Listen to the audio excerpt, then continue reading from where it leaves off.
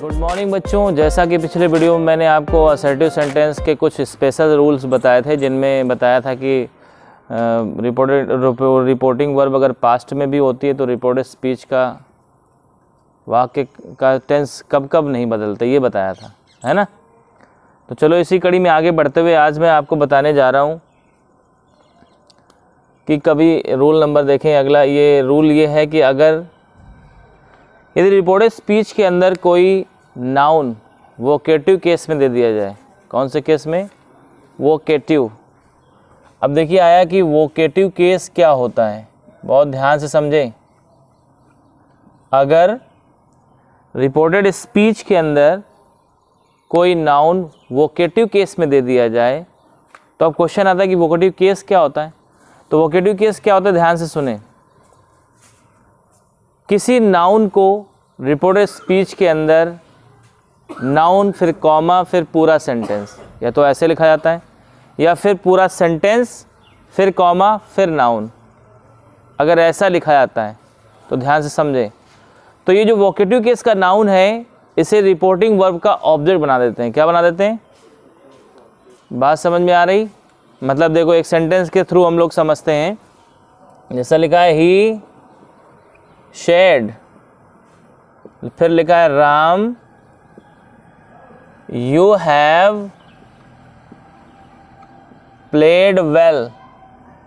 तो हमने आपसे क्या बताया था? हमने कहा था वोकेटिव केस का नाउन का मतलब हुआ कि इन्वर्टेड कॉमा के अंदर कोई नाउन होगा, उस पे कॉमा लगा होगा, उसके बाद इसके बाद पूरा सेंटेंस दिया होगा, या फिर पहले सेंटेंस होता फिर कॉमा लगाता फिर राम दिया होता। ये जो राम दिया हुआ है यहाँ पे, आपको नहीं समझे? तो वोकेटिव केस का मतलब क्या है? रिपोर्टेड स्पीच के अंदर कोई नाउन दिया होगा फिर कॉमा फिर सेंटेंस, या फिर कोई सेंटेंस फिर कॉमा फिर नाउन। तो ऐसी कंडीशन में ये जो नाउन आता है ये रिपोर्टिंग वर्ब का ऑब्जेक्ट होता है। तो आप इसको समझेंगे, ये लिखा है ही सेड टू राम। क्या समझोगे इसको? He said to Ram you have played well, ये लिखा है, आप इसे ये समझेंगे। नहीं आया है समझ में? अब जरा गौर करो। तो ही सेड टू राम होता तो इसको क्या कर देते हैं? He told Ram. बनाएंगे बिल्कुल आसानी से, वजह से बनाते थे। ही टोल्ड राम जोड़ने के लिए दैट। अब यू बताओ कौन सा पर्सन है? किसके अकॉर्डिंग बदलेंगे? ऑब्जेक्ट में क्या है? राम के लिए क्या हो जाएगा? राम किसी का नाम है ना, पुरुष का, तो ही हो जाएगा। अब जरा गौर करो।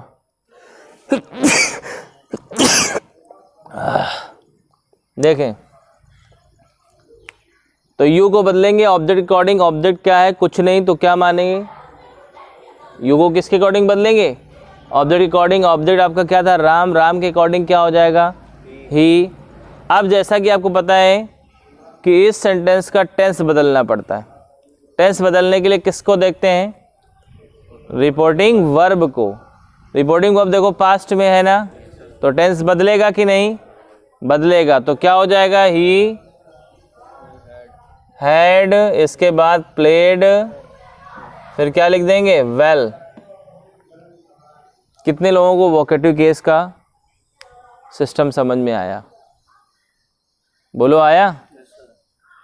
वोकेटिव केस समझ गए आप लोग हैं? चलो आगे देखते हैं फिर। वोकेटिव केस में एक केस और आता है जिसमें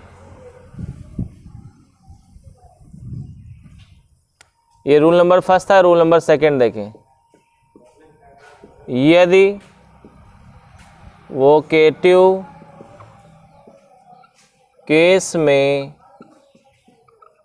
आए हुए नाउन का एडजेक्टिव भी दिया हो। क्या दिया हो? एडजेक्टिव भी दिया हो, ठीक है। तो ऐसी दशा में जब एडजेक्टिव दिया होगा तो क्या करेंगे? तो ऐसी दशा में ऐसे बनाएंगे, addressing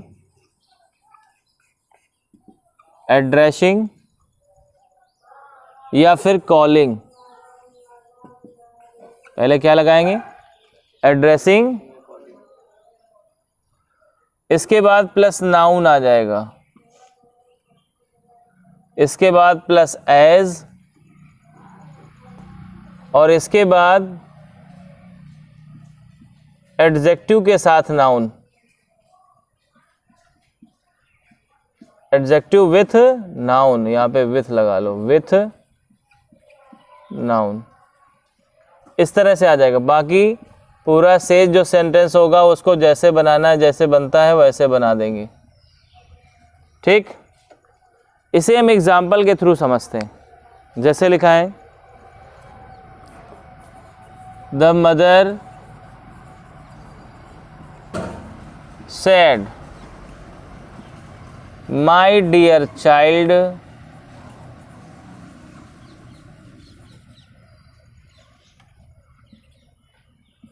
you are disturbing me.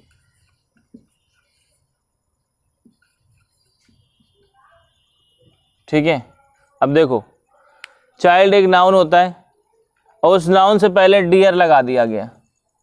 Dear क्या है, एक एडजेक्टिव है। तो इसका मतलब क्या है, मम्मी किससे कह रही, अपने बच्चे से कह रही। क्या कह रही हैं, यू आर डिस्टर्बिंग मी, कि आप मुझे डिस्टर्ब कर रहे हैं, है ना, या तंग कर रहे हैं या परेशान कर रहे हैं। तो जरा गौर करें यहाँ पे। तो अगर ये सीधा केवल चाइल्ड दिया होता तो हम क्या करते, मदर टोल्ड द चाइल्ड। यहाँ पे द छो, ये कॉमन नाउन है बच्चा, तो इसलिए द लगेगा इसमें जब बाहर आएगा तो। अब लेकिन चूंकि माई लगा इसलिए द नहीं लगेगा, क्योंकि पजेसिव केस अगर प्रोनाउन के लग जाते हैं तो द की जरूरत नहीं पड़ती। जैसे द मदर, ओके, तो माई मदर, तो माई द मदर थोड़ी लिखेंगे, है कि नहीं। तो देखें जरा, तो इस वजह से हम इसको कैसे शुरू करेंगे, एड्रेसिंग या कॉलिंग से। एड्रेस मतलब होता है कहते हुए, एड्रेसिंग मतलब कहते हुए, या कॉलिंग मतलब भी कहते हुए या पुकारते हुए। ठीक है, तो देखिए ध्यान से सुनना है मेरी बात को। तो हम पहले लगाएंगे एड्रेसिंग। क्या मतलब हुआ, कहते हुए, या और क्या लगा सकते हो, कॉलिंग। क्या मतलब हुआ, कहते हुए या पुकारते हुए, है ना। किसको, अपने बच्चे को ना, हर चाइल्ड। देखो वहां पे माई था, लेकिन यहां आएगा तो क्या होगा, हर हो जाएगा। एड्रेसिंग, कहते हुए, किसको, अपने बच्चे को, तो हर चाइल्ड। क्या कहते हुए, क्या का जब आंसर मिले आपको तो उसके पहले एज लगा देना, एज, फिर इसके बाद आंसर लिखना। क्या कहते हुए, एज। क्या कह रही अपने बच्चे को, एज डियर चाइल्ड। क्यों, माँ ने अपने बच्चे को प्यारा बच्चा नहीं कहा है, क्या कहा, माय डियर चाइल्ड, मेरे प्यारे बच्चे, यही तो कहा है। इसी चीज की हमको ऐसे, ये मतलब माय डियर चाइल्ड की वजह से ही हमें ये काम करना पड़ा। अब जब आप यहां तक बना लें, इसके बाद आप ये सोचें, कि आपने माय डियर चाइल्ड का बना लिया है। अब जो बचा है उसका जैसे बनाते हैं वैसे बनाएंगे। तो क्या लिखेंगे, द मदर शेड दैट, अब यू को बदलेंगे तो क्या हो जाएगा, ही वॉज डिस्टर्बिंग। अब मी है तो किसके अकॉर्डिंग बदलेगा, माँ के अकॉर्डिंग। तो माँ के लिए क्या होता है, सी का थर्ड केस मतलब ऑब्जेक्टिव केस क्या होता है, हर। तो ये सेंटेंस बनेगा। कितने लोगों को आया समझ में, बताओ। कोई समस्या किसी को, कर लोगे, समझ में आया क्या क्या कहाँ कहाँ रखते हैं। तो देखें जरा, पहले क्या रखेंगे, एड्रेसिंग अथवा कॉलिंग, फिर अर्थ पढ़ेंगे इसको, कहते हुए किसको, उसका जवाब लिखेंगे यहाँ पे, अपने बच्चे को। क्या वाला जब आंसर देंगे तो उसके पहले एज लगा देंगे, एज डियर चाइल्ड, कहते हुए अपने बच्चे को, क्या डियर बच्चा मतलब प्यारा बच्चा। तब इसके बाद इतने एक बन जाती है, फिर उसके बाद हम लोग जैसे बनाते थे वैसे बना देंगे।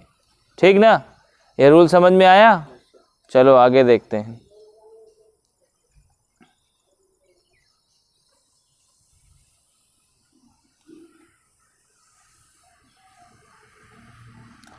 देखिए अगला रूल है, यदि सेंटेंस में नीड नॉट दिया हो, क्या दिया हो, यदि रिपोर्टेड स्पीच में NEED नीड नॉट दिया हो, क्या दिया हो, नीड नॉट, तो टेंस बदलने की आवश्यकता नहीं होती, बदलने की आवश्यकता नहीं होती। ठीक है, जैसे देखो, जैसे लिखा है, माई फादर सेड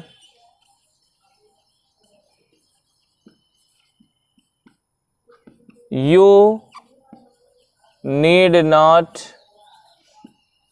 ऐसे, you need not go there, मेरे पापा ने कहा तुम्हें वहां जाने की जरूरत नहीं है।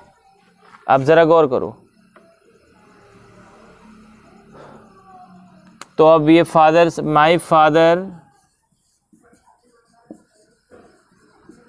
सेड का सेड रहेगा जोड़ने के लिए, दैट यू को बदलेंगे ऑब्जेक्ट अकॉर्डिंग, तो मेरे पापा किससे कहेंगे, मुझसे, तो मी के लिए आई बन जाएगा यहाँ पे सब्जेक्टिव केस।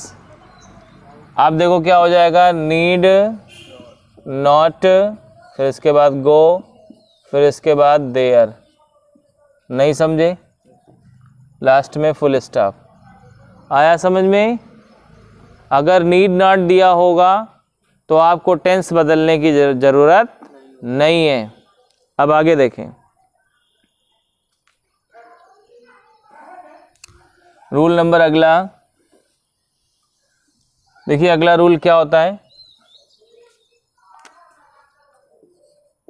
यदि रिपोर्टेड स्पीच में वेल या फिर WELL है बेटा, वेल या फिर UC जैसे शब्दों का यूज हुआ हो, का, ऐसा लग रहा है शब्द गलत लिखा है, शब्दों का प्रयोग हुआ हो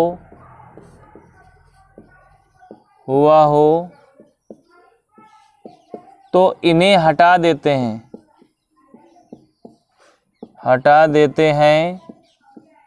क्यों हटा देते हैं? क्योंकि ये निरर्थक शब्द होते हैं। कैसे होते हैं?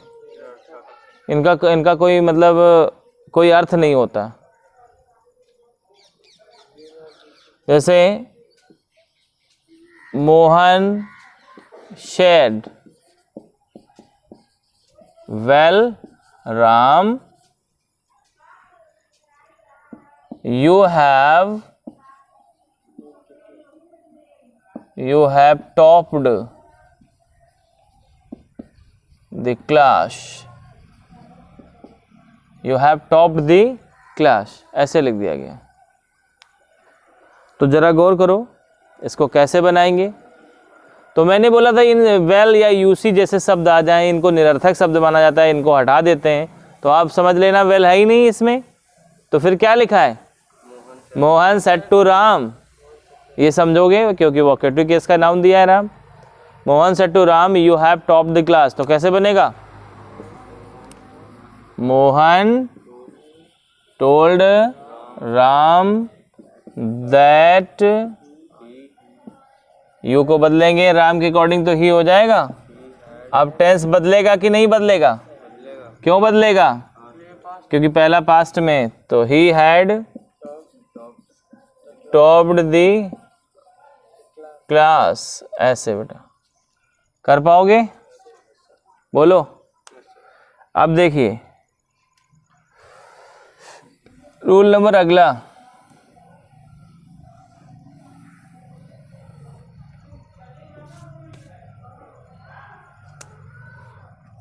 यदि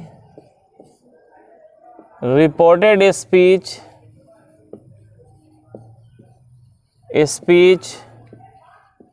का वाक्य एक ऐसा कंडीशनल सेंटेंस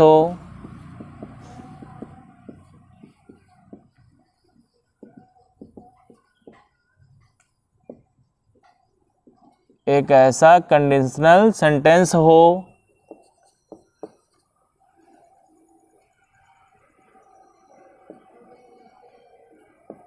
जिसमें ऐसी कंडीशन हो जिसके पूरे होने की संभावना ही ना हो, ऐसी कंडीशन हो जिसके पूरे होने की संभावना ही ना हो,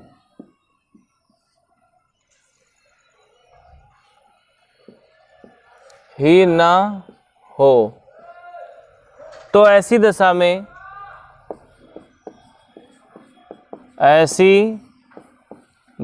में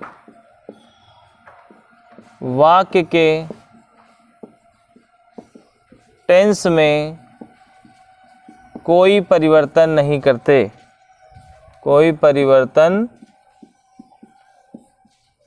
नहीं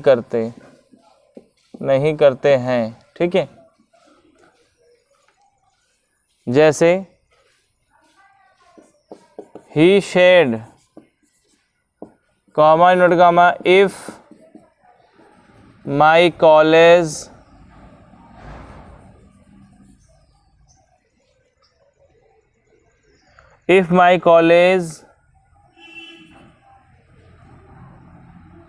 वर near the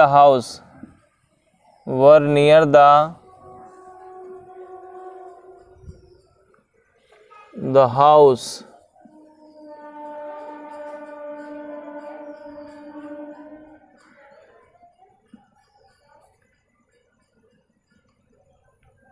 comma I would always be in time। देखिए कंडीशनल सेंटेंस में आपको ये कंडीशन बताई गई थी जिसमें इफ़ के तुरंत बाद वाले सेंटेंस में वर का यूज होता है, चाहे सब्जेक्ट सिंगुलर हो चाहे प्लूरल हो, सबके साथ वर का यूज होता है।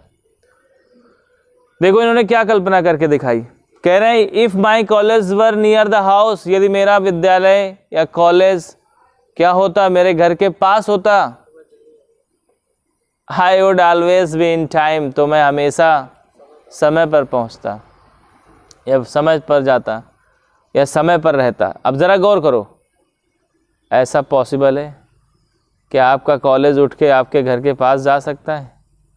ये ऐसी संभावना की बात करें, ऐसी कंडीशन दे रहे हैं जिसके पूरे होने का कोई चांस ही नहीं है। तो ऐसे सेंटेंस में सिर्फ प्रोनाउन बदल जाते हैं, सन बटे 1 2 3 का रूल लगता है सिर्फ, बाकी सेंटेंस को ऐसे ही जोड़ देते हैं दैट से, और कोई टेंस में चेंज नहीं करते। समझ में आ रहा है? तो देखो कैसे इसको बदलेंगे, हो जाएगा यहाँ पे ही शेड दैट, इफ माई को ही के अकॉर्डिंग बदलते तो क्या हो जाता, his college were near the house, आगे कॉमा आई को बदलते ही हो जाता है, he would always be in time. इस तरह से बेटा बन जाता। तो देखा आपने, सिर्फ इसमें मैंने क्या चेंज किया है, प्रोनाउन, बाकी सब कुछ वैसे ही लिख दिया है। तो समझ में आ रही ना बात कि कहाँ क्या इसमें करेंगे। और सुनिए,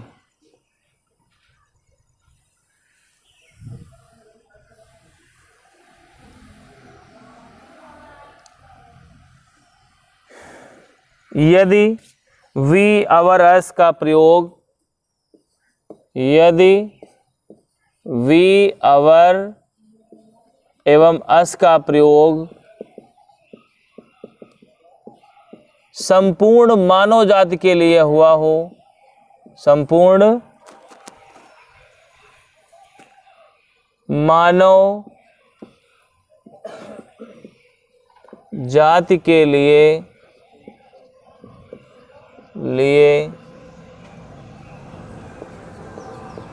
हुआ हो, तो ऐसी दशा में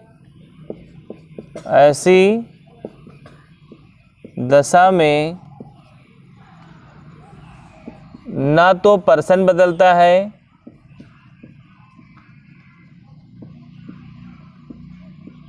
ना तो पर्सन बदलता है और ना ही टेंस,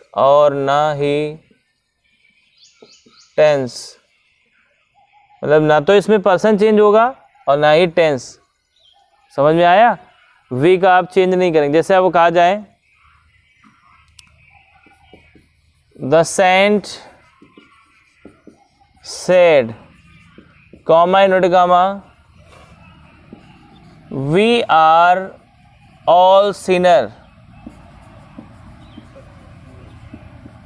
अब बताओ क्या कहना चाहता है संत? सेंट सेड मतलब संत ने कहा वी आर ऑल सिनर, हम सभी पापी हैं। बताओ एग्जैक्ट सही है कि नहीं बात? कौन ऐसा बंदा जिसने पाप ना किया हो, है ना? तो इस वजह से ये बात जो वी यूज किया गया, हम सभी के लिए यूज किया, पूरी मानव जाति के लिए यूज किया गया है। पूरी मानव जाति पापी है। तो फिर क्या करें? ना तो वी को चेंज करेंगे और ना ही आर को वाज या वर्ब में बदलेंगे। तो क्या बन जाएगा इसमें? The saint said that we are all sinner, बाद में फुल स्टॉप। नहीं आया समझ में? इसी में एग्जाम्पल और देखते हैं। The teacher said, comma inverted comma, we are mortals. इधर देखें, वी आर मॉर्टल्स लिखा हुआ है। टीचर ने कहा कि हम लोग क्या हैं? मॉर्टल्स हैं। मॉर्टल समझते हो? मॉर्टल मतलब मरने वाले, मरणीय हैं।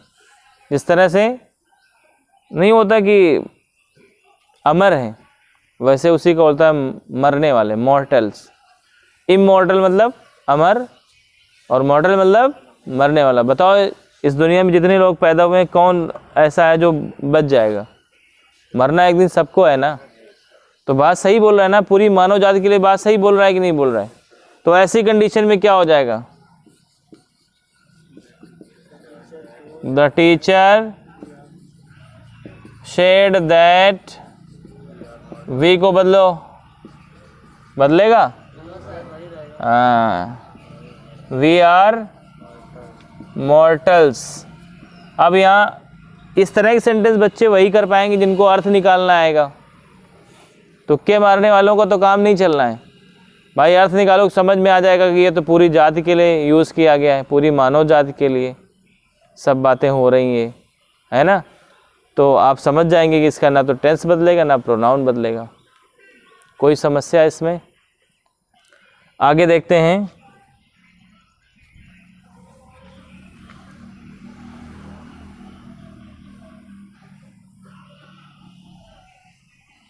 कौन कौन से पॉइंट बता दिए मैंने आपको?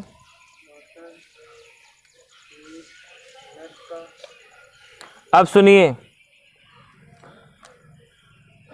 कभी कभी ऐसा होता है, सुनिए ध्यान से, कभी कभी रिपोर्टेड स्पीच के वाक्य में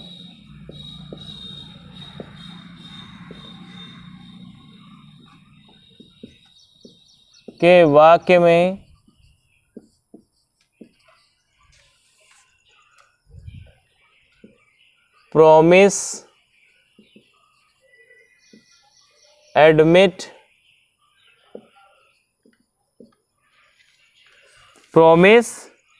admit, और request, promise, admit, request, assured, मतलब एश्योर मतलब भरोसा दिलाना होता है, आदि मतलब इसमें बहुत सारी वर्ब हैं। मैं आपको ये बताना चाहता हूँ इन वर्ड्स के थ्रू कि कभी कभी, और एडवाइस नहीं लिखा, एडवाइस भी होता है। कभी कभी क्या होता है कि मतलब सेंटेंस को पढ़ो रिपोर्टेड स्पीच वाले को तो ऐसा लगता है कि इसमें एडवाइस हो रही, क्या हो रही, और फिर भी हम लोग सोचते हैं कि असर्टिव है तो सेट टू जगह टोल्ड में बदलें, जोड़ने के लिए दैट लगाएं, एडवाइस ना लगाएं। ऐसा नहीं है बेटा, अगर आप चाहो तो लगा सकते हो। देखो कैसे, जैसे लिखा है ही सेड टू मी,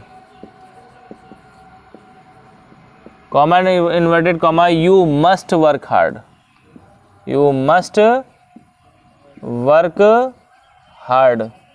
देखिए मैंने पिछले वीडियो लेक्चर्स में आपको बता चुका हूँ कि मस्ट का टेंस नहीं बदलता, मस्ट का मस्ट रहता है। किसका किसका नहीं बदलता? शुड का, कुड का, मस्ट का, माइट का, इनका और ऑट टू का, इनके साथ कुछ नहीं होता, जैसे लिखे होते हैं वैसे लिख देते हैं। केवल सन बटे 1 2 3 का रूल लगता है। अब ज़रा गौर करो, ही सेड टू मी, उसने मुझसे कहा, यू मस्ट वर्क हार्ड, तुम्हें अवश्य ही कठिन परिश्रम करना चाहिए। तो बताओ हमें क्या कर रहा है? हमको एडवाइस कर रहा है ना। तो हम यहाँ पे सेड टू की जगह क्या लगा सकते हैं? एडवाइस लगा सकते हैं। लगा सकते नहीं लगा सकते? तो हम लगा सकते हैं यहाँ पे बेटा, कोई दिक्कत नहीं है। आप इसको बनाएंगे, कैसे बनेगा? He advised me that I must work hard. एक तो ये तरीका हो गया। एक कुछ लोग क्या करते हैं कि इसी सेंटेंस को इम्परेटिव में चेंज कर देते हैं। इम्परेटिव में कैसे चेंज होता है? अरे ही एडवाइज्ड मी, टू लगाओ और इसके बाद हेल्पिंग वर्ब तक छोड़ दो, मेन वर्ब से उठा लो, तो क्या हो जाएगा? He advised me to work hard, या he advised me that I must work hard, दोनों सही है। या किसी ने धोखे से सेड टू को टोल्ड में बदल दिया तो भी गलत नहीं है। ठीक है, आया समझ में कि नहीं? तो इस तरह से बेटा इस वीडियो लेक्चर में मैंने कुछ स्पेशल रूल्स बताए नरेशन के, असर्टिव सेंटेंस के, और बाकी के जो अगर रूल बचेंगे तो वो बचे हुए रूल्स को मैं अगले वीडियो लेक्चर में कवर करूँगा। उसमें आपको इंट्रोगेटिव सेंटेंस के बारे में भी बताना है। तो तब तक के लिए bye bye, have a nice time.